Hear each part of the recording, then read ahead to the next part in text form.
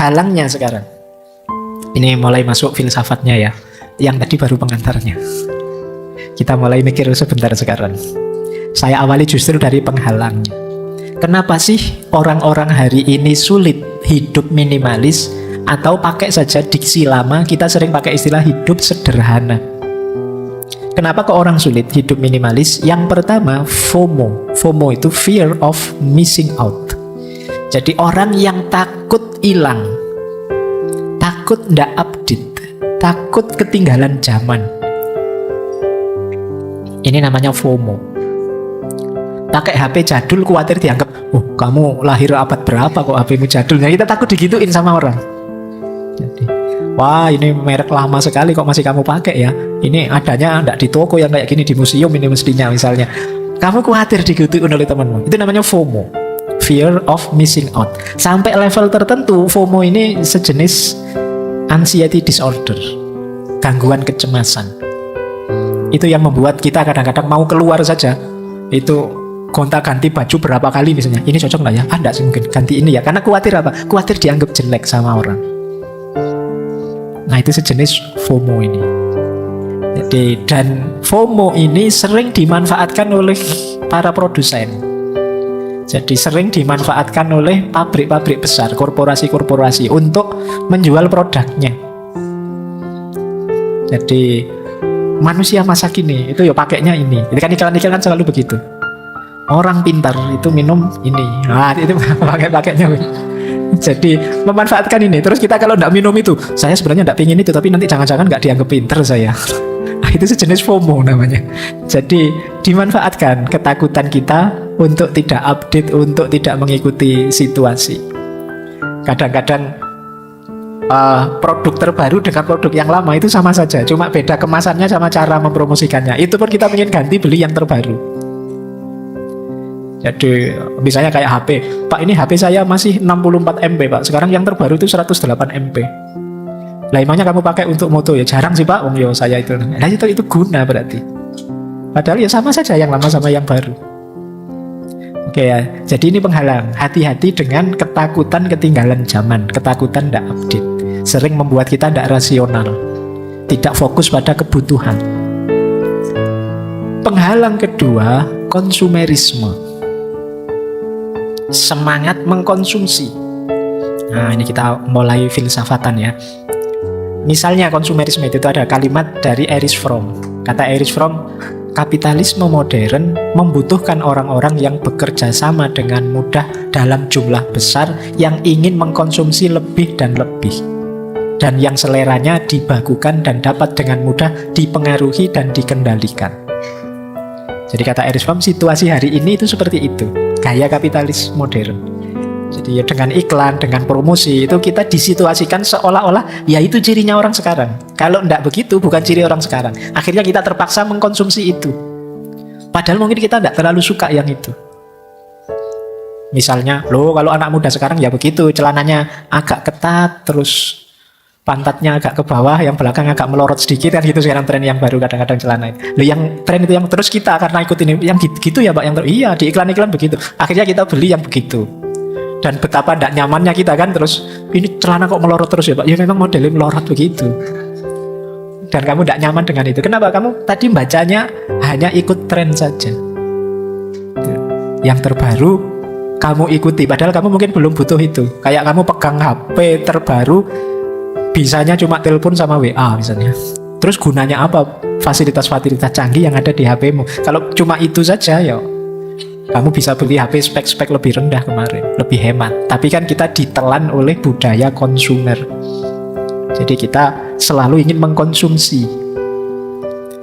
Kalau zaman era Karl Marx itu kuncinya orang sukses itu diproduksi.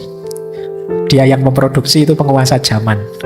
Sementara belakangan modern terakhir itu kuncinya orang sukses itu kebalikannya, dia yang mengkonsumsi. Siapa mengkonsumsi apa? Kita cenderung kagum, wow pada orang yang bisa mengkonsumsi barang-barang paling update, paling mewah, paling baru. Nah, ini penyakit kita hari ini.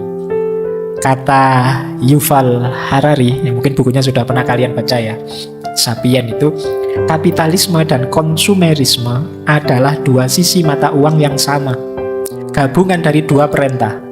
Perintah tertinggi untuk orang kaya adalah investasilah. Perintah tertinggi untuk kita yang orang biasa itu belilah. Jadi kita itu tidak sadar, di telinga kita, di otak kita tiap hari, wong kita orang biasa itu selalu belilah, milikilah, ini itu. Makanya meskipun di HP itu banyak fasilitas intelijen, ada buku, ada wawasan dan lain sebagainya, mungkin kita lebih banyak buka-buka Shopee, buka-buka Tokopedia, buka-buka untuk nyari barang murah, barang terbaru. Kenapa? Perintahnya belilah. Nanti begitu kita agak kaya, punya uang sedikit, yang di kepala kita bukan lagi belilah, tapi investasilah.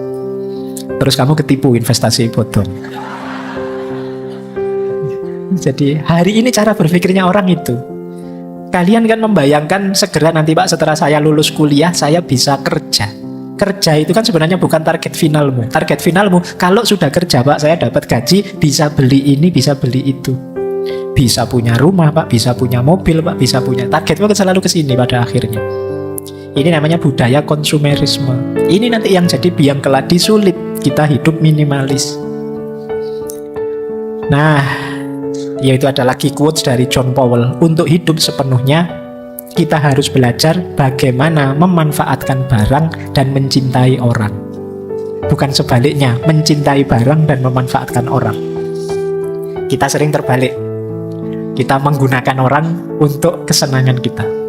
Nah itu kebalik. Ya kalau barangnya kita manfaatkan, orangnya kita cintai. Bukan barangnya kita cintai, orangnya kita manfaatkan. Itu hati-hati ya yang putri-putri. Coba dicek nanti kalau ada yang pendekatan, cara berpikirnya gimana. Jangan-jangan cara berpikirnya mencintai barang dan memanfaatkanmu. Cirinya gampang kalau diajak ke kantin atau kemana minta ditraktir. Nah itu berarti mencintai barangmu saja dan memanfaatkanmu. Harusnya kebalik. Dalam hidup ini ya kita orangnya kita cintai, yang dimanfaatkan barangnya. Oke, lanjut. Ada lagi problem penghalang, yaitu ketamaan. Kalau ini teman-teman mesti ngerti, greedy. Manusia itu punya satu karakter negatif. Kalau sudah senang sesuatu, sulit dibendung dan sulit berhenti. Kalau bahasanya Al-Quran, alhaqumut takasur. Berhentinya apa? Hatta zurtumul makobir. Sampai mati, sampai masuk ke kuburan baru berhenti. Selama masih hidup pingin takasur, pingin nambah terus. Ini namanya ketamaan. Katanya Gandhi, bumi ini menyediakan cukup persediaan untuk memenuhi kebutuhan semua orang. Tetapi dia tidak cukup untuk memenuhi keserakahan bahkan hanya seorang manusia. Kenapa? Manusia itu tidak kenal berhenti kalau sudah merasa butuh, merasa senang, merasa enak. Ini ketamaan. Padahal sudah punya loh. Tapi kok ya kalau pas ada bagi-bagi gratis kita mati-matian pengen ngerebut juga. Itu namanya tamak. Misalnya saya sudah punya Pak buku itu, tapi mumpung ada giveaway yang menawarkan buku itu, ya saya fight juga lah biar dapat bukunya. Wong sudah punya bukunya, kok masih pingin lagi? Itu namanya tamak. Jadi kalau urusan ketamaan itu perangmu melawan dirimu sendiri. Kata Agustinus, keserakahan itu cacatnya bukan pada emas yang diinginkan, tapi pada orangnya. Jadi yang jelek itu orangnya. Atau katanya Nietzsche, bahkan pemandangan yang paling indah pun tidak lagi menjamin cinta kita setelah kita tinggal di dalamnya selama 3 bulan. Cuma 3 bulan kata Nietzsche. Dan beberapa pantai yang lain jauh lebih menarik karena keserakahan kita. Kepemilikan banyak hal berkurang nilainya oleh keinginan kita memiliki yang lain. Jadi ini dicontohkan sederhana oleh Nietzsche. Ayo coba, kalian mungkin sekali-sekali nonton TikTok atau nonton YouTube, ada suasana pegunungan misalnya. Wah, indah sekali ya, mau tinggal di situ rasanya nyaman. Tapi kata Nietzsche, ya wis tinggal di situ 3 bulan saja. Kemungkinan kalian terus tidak kerasan di situ. Jadi mungkin sebulan pertama masih senang-senang lah, sebulan kedua bertahan, sebulan ketiga tidak kerasan sudah kamu. Bukan apa-apa, karena kamu nanti akan melihat ada tempat lain yang lebih indah. Wah, Mungkin pas kamu tinggal di gunung, lihat TikTok lagi, wah rame ini ya di kota. Coba hidup deket-deket Malioboro sana, asik, jadi banyak teman ngobrol rame, bisa ngopi-ngopi, bisa ngafe dan lain sebagainya. Wah, terus kamu pindah lagi ke kota, karena kota lebih menarik. Kemudian 3 bulan lagi, kamu mesti pingin ganti lagi. That's human. Itu manusia. Kata Nietzsche, kepemilikan banyak hal berkurang nilainya karena keinginan memiliki yang lain. Bahkan seandainya engkau memiliki pasangan yang paling cakep sekalipun, dalam rentang waktu tertentu, rasa wow, meledak-ledak seneng itu bisa turun, bahkan bisa flat. Ya contohnya banyak kan, kadang artis-artis itu kurang apa mereka, ya cantik, ya ganteng, ya kaya, tapi masih bisa pisah. Kenapa? Greedy. Ketamaan. Jadi cara berpikirnya, wah ternyata pasanganku kayak gini, saya lihat di sana banyak yang lebih bagus, banyak yang lebih baik. Kalau sengsara terus kayak gini, pisah saja mending sama yang lain-lain. Itu greedy namanya, ketamaan. Jadi kepemilikan kita terhadap sesuatu itu seringkali nilainya berkurang ketika ada yang lain yang kita senangi. Maka hati-hati nanti ya teman-teman, apalagi yang sudah menikah. Itu di rentang waktu tertentu, itu rasa meledak-ledaknya tidak seperti waktu pacaran atau manten baru. Derajatnya sudah turun jauh level itu. Kalau masih fokus di situ, ya biasanya berat sekali menjalani hidup bersama. Maka lawanlah ketamaan itu, termasuk konsumerisme ini. Lawanlah. Dan rasa ingin memiliki yang tidak berhenti ini, hentikanlah. Tadi ya, siap dengan rasa cukup. Itu saja sudah luar biasa.